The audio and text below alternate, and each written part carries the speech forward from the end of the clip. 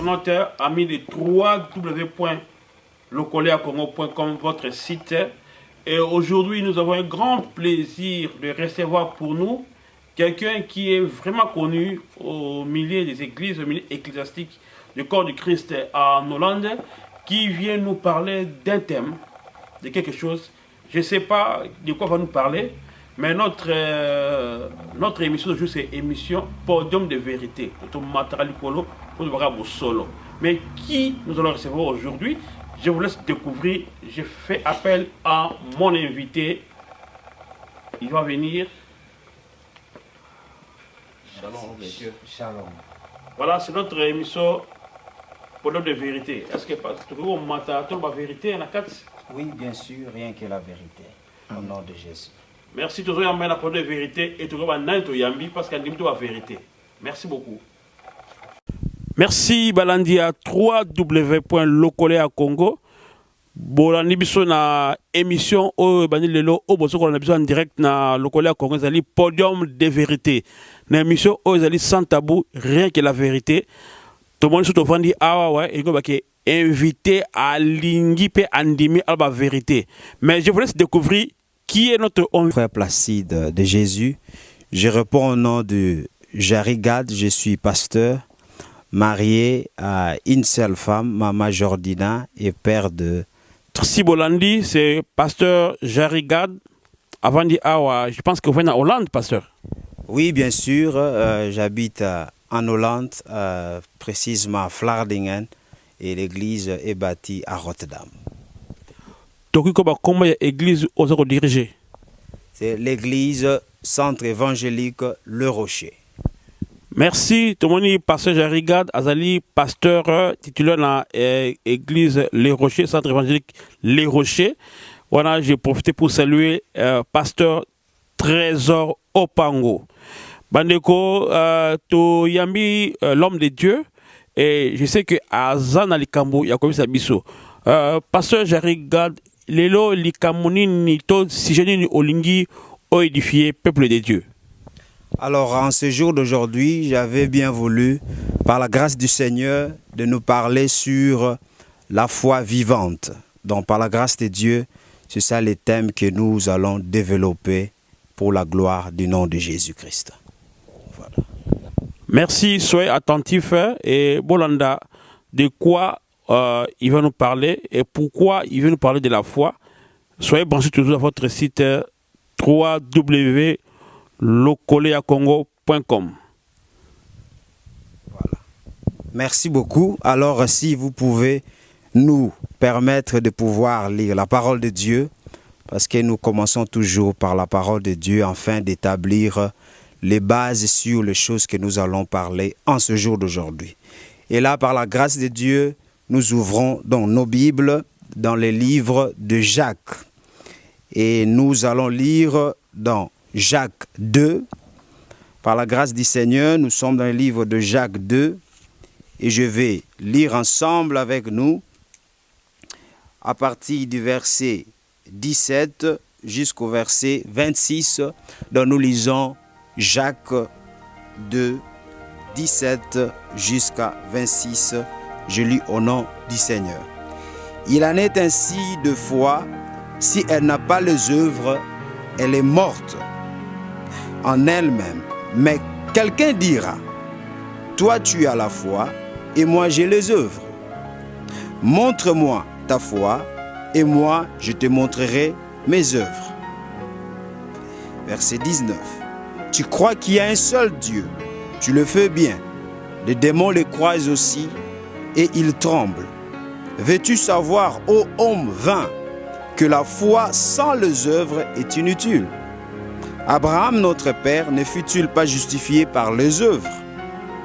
Tu vois que la foi agissait avec ses œuvres, et que par les œuvres, la foi fut rendue parfaite. Ainsi s'accomplit ce que dit l'Écriture. Abraham crut à Dieu, et cela lui fut imputé à justice, et il fut appelé ami de Dieu. Verset 24. Vous voyez que l'homme est justifié par les œuvres et non par la foi seulement. Rahab, la prostituée, ne fut-elle pas également justifiée par les œuvres lorsqu'elle reçut le messager et qu'elle le fit partir par un autre chemin? Comme le corps sans âme est mort, de même la foi sans les œuvres est morte. Merci beaucoup. Alors, voilà, nous venons de lire dans les livres de Jacques où on nous présente sur la foi vivante. Et aujourd'hui, par la grâce de Dieu, nous allons apprendre quelque chose de très important dont nous avons besoin dans l'Église corps du Christ. Alors, avant de pouvoir parler sur la foi vivante, j'aimerais d'abord faire une comparaison entre la foi et la croyance.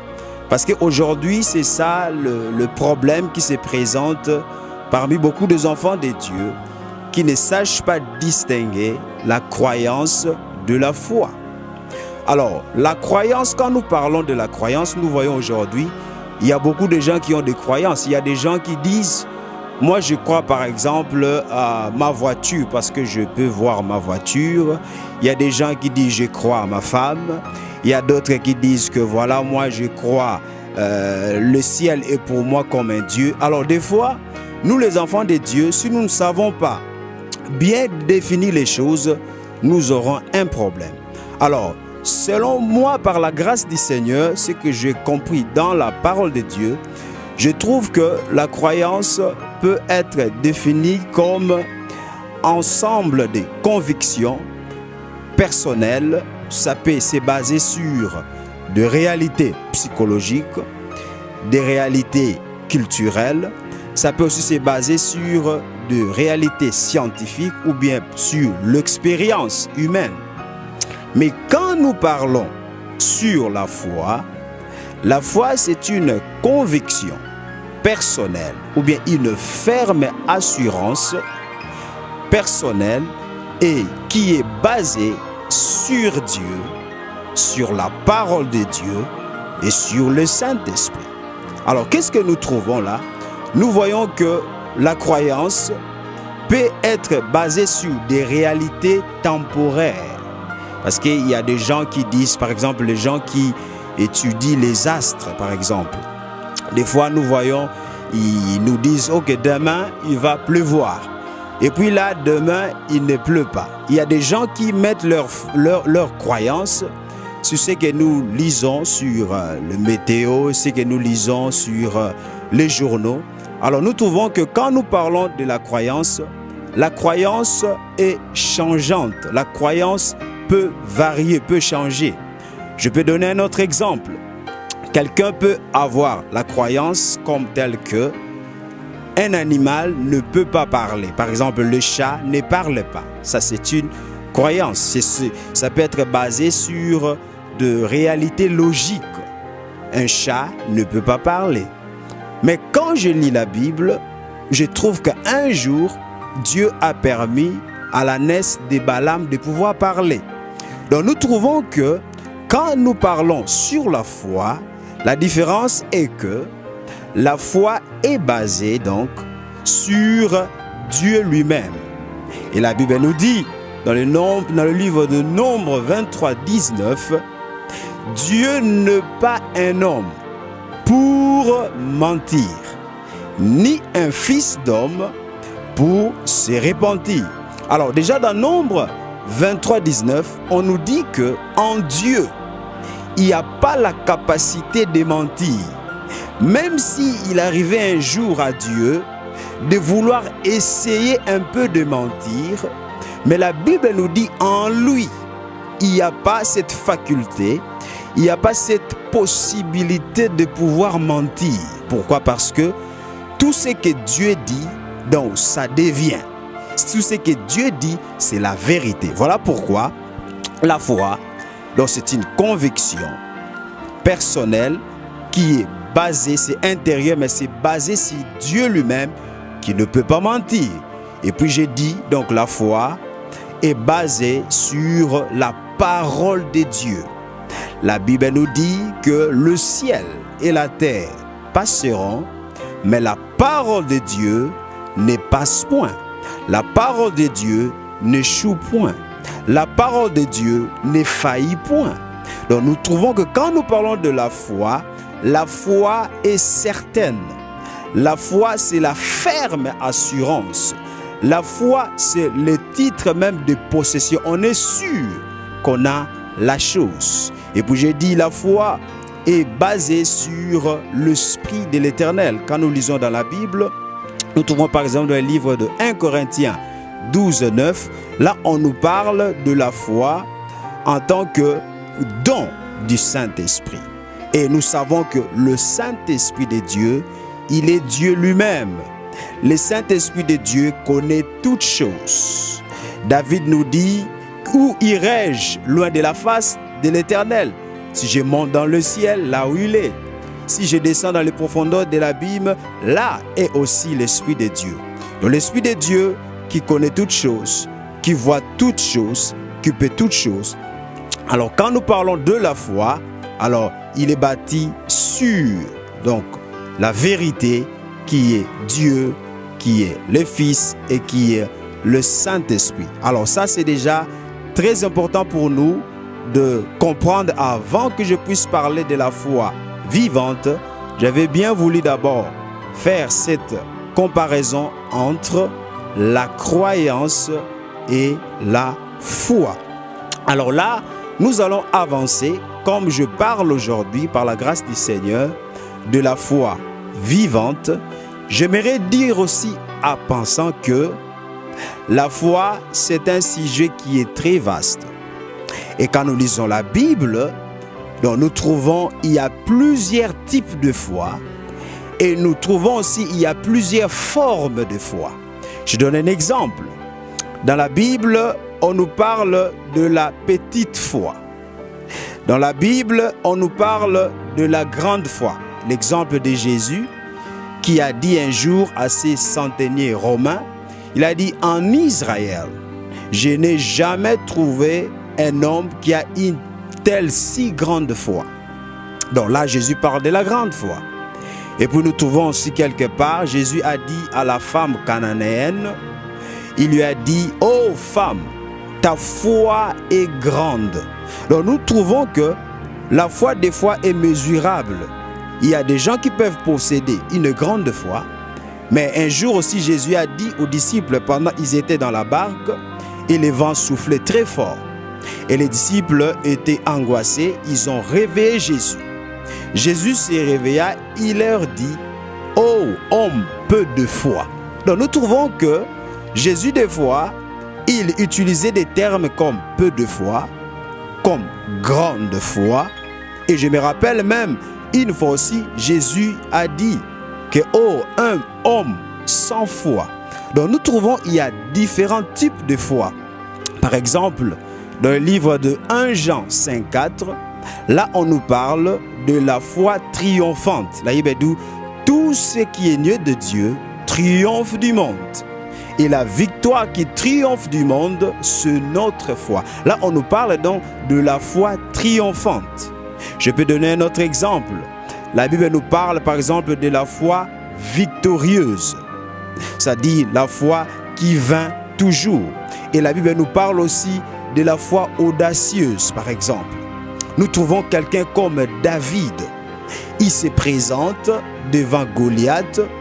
Avant même que le combat ne commence, il dit à Goliath, aujourd'hui, je vais te tuer, je vais couper ta tête et je vais donner ta tête aux oiseaux du ciel. Alors je me pose des questions. David n'avait même pas une épée avec lui. Mais quelle audace! Donc là nous voyons la foi audacieuse. Et en lisant, en parcourant encore les Écritures, parce qu'aujourd'hui c'est notre première rencontre, je suis un peu de parcourir un peu les différents types de foi. Mais un jour nous allons revenir pour parler en détail et en profondeur de tous ces différents types de foi. Nous voyons par exemple dans les livres de Actes des Apôtres, chapitre 6. Là, on nous parle de Étienne. La Bible nous dit, je crois dans le verset 8, on nous dit Étienne était un homme plein de foi.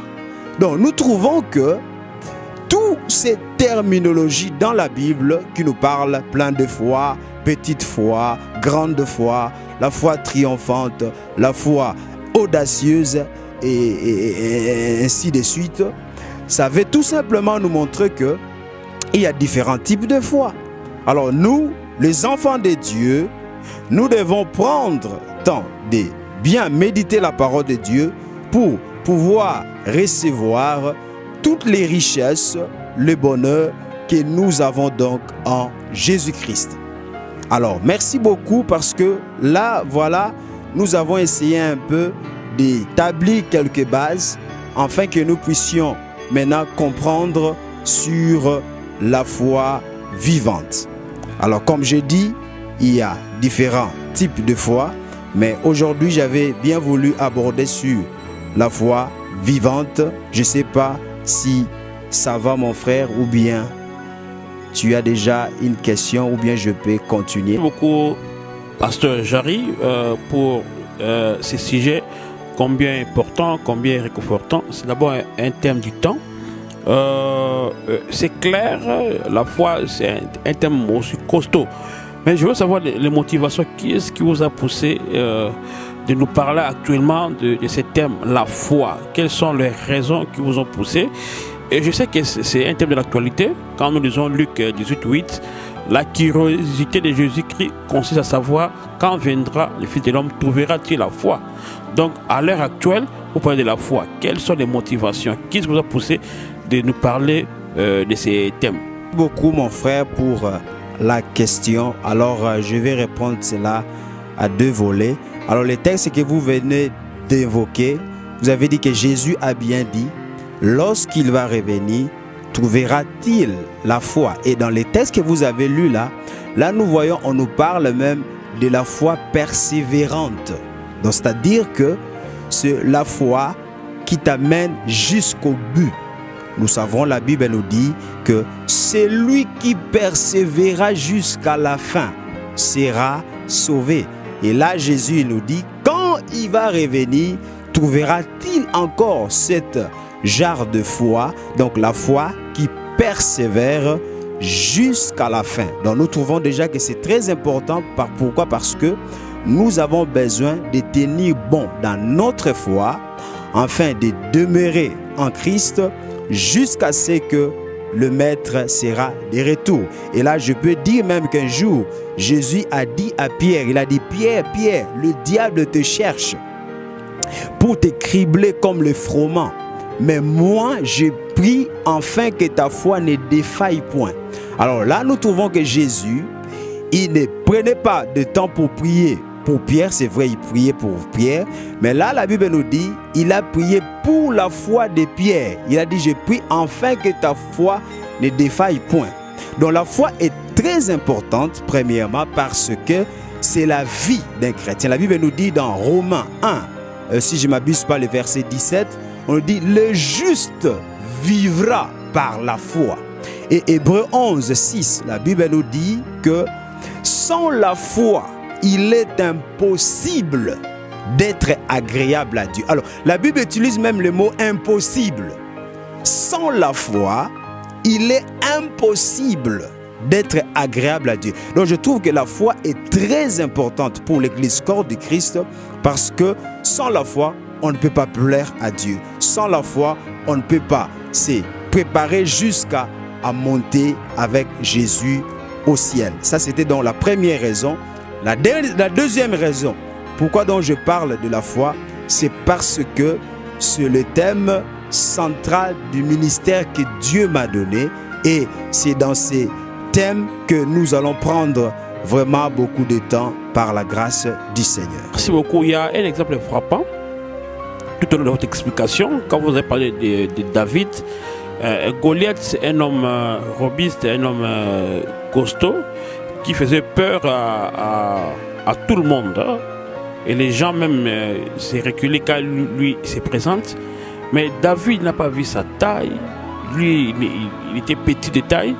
Mais par la foi, comme vous venez de dire, il a dit il va maintenant donner sa tête aux oiseaux du ciel. Alors là, je comprends que la foi, quelque part, est aveugle, n'est-ce pas? Alors, donnons l'importance ou la place de l'intelligence dans la foi. Est-ce qu'il n'a pas calculé le risque ou il a aussi comme ça? Est-ce que l'intelligence est aussi importante dans la foi? Beaucoup pour la question. Alors, quand je parle de la foi, alors, nous, comme j'avais dit au début, la foi est basée donc sur Dieu, sur sa parole, sur l'esprit. Et Dieu, il est omniscient, c'est-à-dire que Dieu, il a toutes les sciences. Dieu, il a toutes les connaissances. Donc, celui qui a la foi, c'est quelqu'un qui est en train d'agir avec une intelligence développée, une intelligence avancée qui est basée sur la révélation de la parole de Dieu. Mais quand je parle donc de la foi, l'intelligence logique, c'est-à-dire l'intelligence qui se trouve dans l'âme de l'homme, n'a pas d'importance.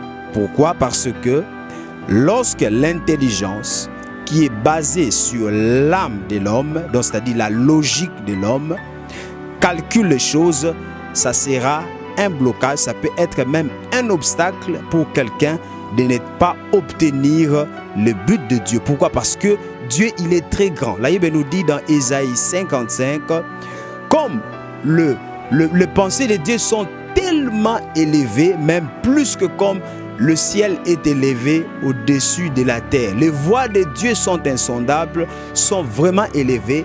Donc voilà pourquoi la logique de l'homme, la pensée de l'homme, l'intellect de l'homme a des fois des difficultés pour capter les choses de Dieu. Pourquoi? Parce que les choses de Dieu, la foi est bâtie donc sur la parole révélée de Jésus-Christ. Alors, la révélation, ça entame le domaine du spirituel et non le domaine de l'âme. Merci. Au-delà des différentes formes de la foi, moi je suis une autre dimension, une forme de la foi que j'appelle la foi intellectuelle. Comment réagissez-vous à cette interrogation? Pourquoi je dis ça? Il y a des gens qui ont la connaissance intellectuelle de la parole de Dieu. Un homme de Dieu, un frère qui lit la Bible et qui a tous les passages, tous les versets dans la tête, mais qui n'est pas pratique. Donc il a connaissance, il connaît l'histoire de l'Église, il connaît la Bible, il connaît la religion, il connaît tout sur la parole de Dieu. C'est l'intelligence. Et comment réagissez-vous face à tel genre de la foi? Beaucoup pour votre question. Alors, la foi qui est battue sur l'intelligence ne peut pas produire tant de choses. Et d'ailleurs, moi, je n'appelle pas ça la foi, j'appelle ça la croyance, parce que l'intelligence est limitée et l'intelligence varie. Alors, la foi, elle est sur la vérité qui est Dieu lui-même, mais l'intelligence, je n'appelle pas ça foi, j'appelle ça croyance. Pourquoi? Parce que la foi, c'est la possession, c'est la ferme assurance des choses que nous avons par la parole de Dieu. Donc, tout ce qui n'est pas bâti sur la parole de Dieu n'est pas foi, mais c'est tout simplement des réalités ou des croyances, des convictions personnelles, ainsi de suite. Ce n'est pas donc la foi. Je vais donner un exemple, par exemple, dans la Bible. Nous voyons dans le livre de Genèse 3, Ève. Satan est venu et il a menti à Ève. Il lui a dit non, Dieu n'a pas dit que vous ne mangerez pas, mais Dieu n'a pas voulu que vous deviendrez comme lui. Alors le jour où vous en mangerez, vous mourrez. Alors qu'est-ce que nous trouvons là-bas? Ève, lui, il a mis maintenant sa croyance sur les paroles de l'ennemi Satan. Et là, nous dit que Ève a vu que l'arbre était si beau, les fruits étaient si beaux pour ouvrir l'intelligence. La Bible dit ça, pour ouvrir l'intelligence. Et après, à la fin, nous avions vu que elle a mangé, mais elle n'est pas devenue comme Dieu. Donc pour dire que quelque chose qui est bâti sur l'intelligence n'est pas la foi, mais c'est tout simplement une autre réalité, c'est tout simplement une croyance. Donc je dirais, voilà comment je peux répondre. Dites, il y a une idée qui traverse mes pensées. Pouvez-vous faire le parallélisme entre la foi et la raison. Autant plus qu'il y a un philosophe chrétien, il y a le temps de l'Église, qui parle de la foi et la raison. Il dit la foi aide la raison à croire et la raison aide la foi à comprendre. Mais il dit la supériorité de la foi. Dans la foi, sans même la raison, on peut croire, mais dans la raison, sans la foi, dans la foi, sans même la raison, on peut comprendre, mais dans la raison, sans la foi, on ne peut pas croire. Donc, selon eux, je pense qu'il y a des docteurs d'église comme Anselme de Cantorbère ou Saint Thomas d'Aquin, ils ont montré la complicité. Est-ce que vous aussi, vous pouvez nous faire le parallélisme entre la foi et la raison, tout en montrant que la foi est supérieure à la raison? C'est la toute dernière question. Merci beaucoup pour cette dernière question qui est si pertinente. Alors, je crois que c'est important pour moi, pour mieux répondre à cette question, alors il faudrait bien comprendre que l'homme est composé de 3 parties importantes, que je dirais d'abord l'esprit, et puis l'âme et le corps. Alors, la foi agit beaucoup plus dans les domaines de l'esprit de l'homme qui est recréé. Parce qu'il faut comprendre que nous, en tant qu'enfants de Dieu, la Bible dit dans 2 Corinthiens 5, 17, si une personne est en Christ, elle est devenue une nouvelle créature. Les choses anciennes sont passées, voici toutes choses sont devenues nouvelles. Alors, qu'est-ce qui est devenu une nouvelle créature? C'est l'esprit de l'homme qui est recréé. Comme Jésus a dit à Nicodème, si quelqu'un n'est pas né d'eau et d'esprit, ne peut pas entrer dans le royaume. Donc c'est l'esprit. Mais l'âme de l'homme maintenant, l'âme de l'homme, c'est dans l'âme de l'homme que nous trouvons. Donc la raison, c'est dans l'âme de l'homme que nous trouvons maintenant le libre choix. Alors là, dans l'âme de l'homme n'est pas née de nouveau, mais l'âme de l'homme est renouvelée.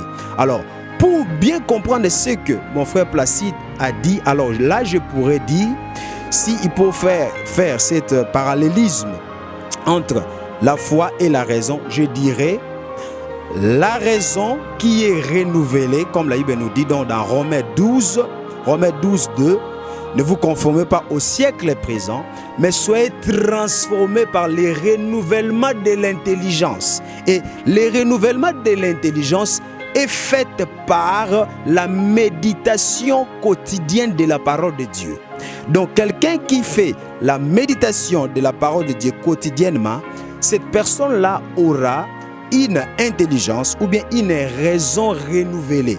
Et comme elle aura une raison renouvelée, cette raison renouvelée va permettre maintenant à la foi qui est spirituelle de pouvoir bien fonctionner dans les domaines de l'âme et de transférer les choses dans les domaines physiques du corps de l'homme, c'est-à-dire les domaines tangibles. Voilà, c'est ce que je peux dire là-dessus. Merci, c'était l'homme de Dieu, le pasteur Jari Gad, qui nous a parlé d'un thème important à la fois. J'ai compris que l'homme est un être tridimensionnel. Il a décortiqué toutes les 3 dimensions de l'homme et prochainement on va continuer avec le pasteur Jari. Pour terminer, en 1 minute, quelques secondes, un mot pour les experts de la vie, un mot pour les chrétiens qui ont perdu la foi. Et vous savez qu'il y a l'apostasie. L'apostasie consiste à combattre la foi. Donc un mot pour les gens qui sont désespérés de la vie, qui vivent souki, na prison, na maladie, na kozanga mwana, kozanga mukanda, kozanga libala, kozanga voyage, les gens qui vous suivent, en un mot, courage de Pesabango, espoir de Pesabango, conformément à la. Merci beaucoup. Donc j'aimerais pour terminer donc saluer les chrétiens dans le monde entier. Je viens saluer tous les partenaires, ceux-là qui ont voulu me soutenir dans cette œuvre, que ce soit spirituellement, moralement, matériellement, financièrement. Je vous salue tous au nom de Jésus-Christ. Je salue aussi l'église Sainte Évangélique Les Rochers, ma femme aussi et les enfants.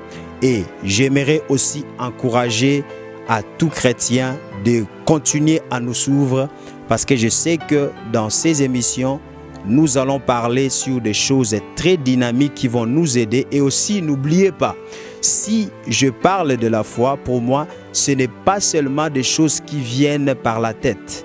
Dieu m'a fait passer par des vents, par des marées, par des torrents, par le feu.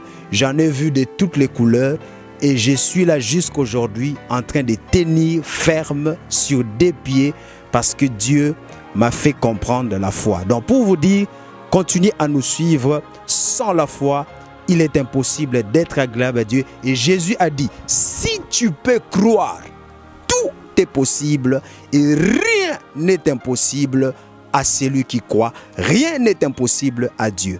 Merci beaucoup. Que Dieu vous... Merci. Voilà le numéro de Pasteur Jarry est là. Donc appelez Pasteur Jarry si vous voulez avoir des explications, voir la prière.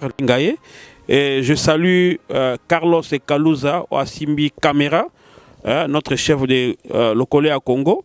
Et je salue Judil Bisengo, Congo Lokole News na Kinshasa, au travers de un partenariat.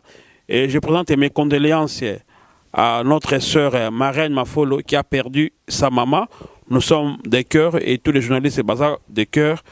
Na yo et puis beaucoup na bisopé na Congo asika et pas ya Maurice parce que tout le monde travaille na featuring et ba site donc émission au beaucoup nango na ba site et belé vraiment de comme na souka tout ce qui wana un mot de la fin sur nango. Je remercie le Seigneur pour cette grâce qu'il nous a faite aujourd'hui et je voudrais aussi me permettre de cette occasion pour pouvoir consoler, présenter des condoléances à l'église Corps du Christ et aussi à la famille directe de l'homme de Dieu, le docteur Myles Munroe, qui vient d'être décédé ensemble avec sa femme. Et vraiment, je sais que c'est vraiment un coup pour l'église Corps du Christ. Vraiment que Dieu continue à nous soutenir et vraiment nos prières vont tout droit à la famille Myles Munroe. Merci.